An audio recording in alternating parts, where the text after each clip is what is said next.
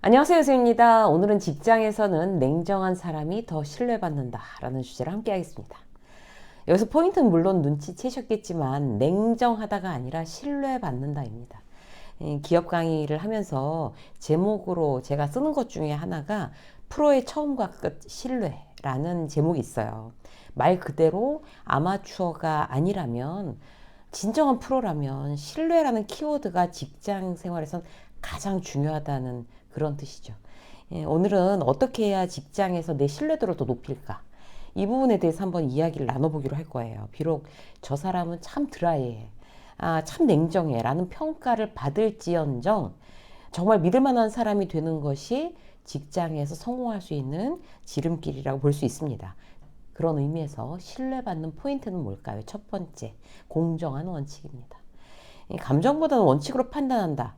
사실 이 문장을 이렇게 들으면서 이렇게 말이 쉽지 참 이게 어렵습니다 라고 생각하시는 분들 많으실 거예요. 그래서 우린 자주 이 함정에 빠집니다. 앞으로 안 볼 사이도 아닌데 이래가면서 좋은 게 좋은 거, 또는 그래도 이제 인맥 관리도 해야 되는데, 또는 윗사람인데 뭐 까라면 까야지, 이런 난감한 상황에 딱 맞닥뜨리실 수 있어요. 근데 지금 직장 생활 하시는 분들이 심각하게 고민해 보셔야 돼요. 내가 언제까지 직장 생활을 할 건지. 만약 한 1년 뭐 채 안 되게 그만큼만 하고 그만둘 거야. 그렇다면 이제 위에서 열거한 상황에 그야말로 적당히 대응해도 아주 큰일 날 일은 없어요. 그런데 난 앞으로도 뭐 5년, 10년, 20년 뭐 그렇게 길게 더 직장 생활할 계획이야. 뭐 지금으로서는 이렇게 판단된다면 감정보다는 원칙, 이 기준을 절대로 지키는 것이 나의 직장 생활을 위해서 아주 중요합니다. 예를 들어서 나는 납품업체 선정하는 부서의 책임자예요. 어느 날 이제 임원이 막 불렀어요. 김 부장 이렇게 불렀어요. 예전에 내가 팀장으로 있을 때 도움을 많이 받았던 업체인데 이번에 좀 도와주면 좋겠어. 신경 좀 써봐. 뭐 이렇게. 무슨 얘기예요? 그 업체를 납품하게 해달라는 임원의 압력이죠. 이 상황에서 어떻게 하는 게 좋을까? 앞으로 나는 직장생활 창창하게 남았는데, 임원도 해야 되는데, 그러면 이제 원칙 떠올려야 되죠? 아, 그러시군요. 회사의 규정에 맞춰서 잘 성의 있게 살펴보겠습니다. 나이스하게 대답하는 거죠. 그리고 원칙대로 평가하는 거예요. 그 업체가 정말 우수하면 뽑힐 수도 있잖아요. 그럴 가능성은 별로 없지만. 만약에 기준에 못 미친다? 당연히 안 뽑는 거죠. 그러면 이사한테 찍히는 거 아닐까? 걱정하지 않으셔도 됩니다. 이제 왜냐하면 내가 그 이사의 부탁을 들어줘서 그 업체를 정말 뽑아주면 나를 굉장히 잘 봐줄까? 그 이사가? 그렇지 않아요. 나는 누군가의 청탁을 들어줄 수도 있는 사람으로 이미지 메이킹 되는 겁니다. 나를 신뢰하지 않아요. 그 이후에도. 다른 데서 청탁 들어와도 저렇게 해줄 거야. 저 친구는. 그렇다니까요. 그 함정에 빠지시면 안 돼요. 가장 좋은 방법은 동료들이나 선배들이나 나를 예측 가능한 사람으로 만드는 거예요. 그들이 봤을 때 저 친구는 원칙대로 움직이니 이번에도 그렇게 진행할 거야. 이렇게 알 수 있게끔. 예측 가능하게 하는 게 직장 생활 잘하는 방법입니다. 친하면 잘해주고 막 싫어하면 내가 해주나 봐라 이런 태도를 가지고 있다. 결국 그거 내 무덤 내가 파는 거예요. 내 주변의 동료들이 본인이 가진 걸 권력이라고 여기고 막 휘둘르고 앉았다. 개인 감정 개입시킨다. 원칙 무시한다. 라고 평가된다면 결국 뒤끝이 좋지 않습니다. 예전에 후배가 회사 생활 때문에 이제 고충을 털어놓은 적이 있어요. 이 친구가 이제 유통업체에서 근무를 하는데 매출이 안 나오면 담당 임원이 제 후배인 그 부장한테 책임을 떠넘긴다는 거예요. 예산은 자기가 뭐 이거 해라 저거 해라 한참 지시하면서 한참 초과시켜 놓고, 그러니까 임원이 지시하니까 어쩔 수 없지 그렇게 했는데 나중에 결국 그것 때문에 적자가 나니까 그걸 갖고 비난한다는 거죠. 나는 이익이 최우선이다. 회사에서 돈을 벌어야지. 이게 김 부장 뭐 취미생활이야? 뭐 이래 가면서 이 친구를 비난하더라는 거예요. 그런 경우 직장 생활하면서 당하는 경우 많죠. 그러면 윗사람한테 뭐 뒤통수 맞았네, 배신을 당했네. 그래 봐야 이제 나만 바보 되는 거예요. 나의 원칙에 충실하고 흔들리지 않아야 결국 신뢰감 있는 사람이 될 수가 있습니다. 그래서 어떤 감정보다는 어떤 사람에 대해서 막 이렇게 밀리는 태도가 아닌 그야말로 원칙대로 행동하는 거, 그러기 위해서는 얼마나 냉정해 보여야겠어요.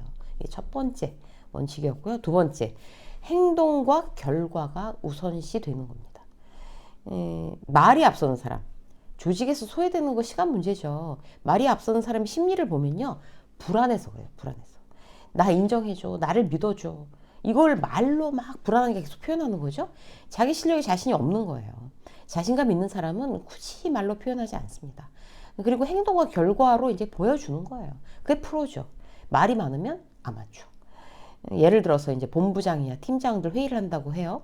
내년 상반기 목표, 뭐 계획 이런 것들을 이제 막 정리해서 발표하고, 그런 게 직장생활 루틴이잖아요. 이제 이때 팀장마다 유형이 좀 다르죠. 어떤 팀장은 일단 화려한 언변과 과감한 계획으로 발표할 때 막 칭찬받아요. 근데 어떤 팀장은 화려하지도 않아. 그냥 적당히 말하는 분위기라서 윗사람 별로 좋아하지 않는 거죠. 답답하고, 듣다 보면 답답하고, 뭐 의욕이 없어 저 친구는? 왜 저렇게 소극적이야? 이렇게 느낄 수 있어요. 아주 윗사람을 정말 분노하게 하는 수준이면 안 되겠지만, 일단 계획 단계에서 말로 다 말아먹는 리더는 신뢰를 잃습니다. 그래서 이 부분은 이제 처음부터 조심할 필요가 있어요.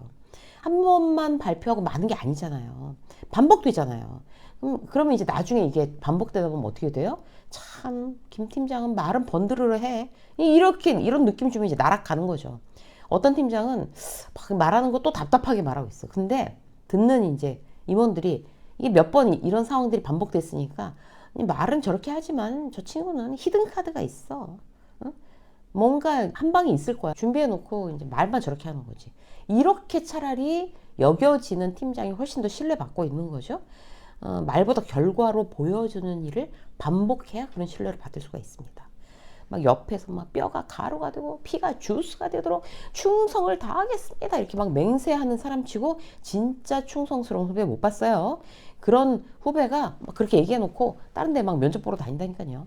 그런 후배보다는 선배가 막 임원회의 딱 들어갈 때 아무 말 없이 이것저것 예상 질문 막 뽑고, 거기에 대한 이제 답변 다 달아서 막 형광펜으로 칠하고, 막 옆에다가 막 이런 뭐 색깔별로 뭐 붙여가지고 이렇게 탁 들어가서 뭐 먼저 읽어보시고, 이제 이런 질문이 나올 겁니다.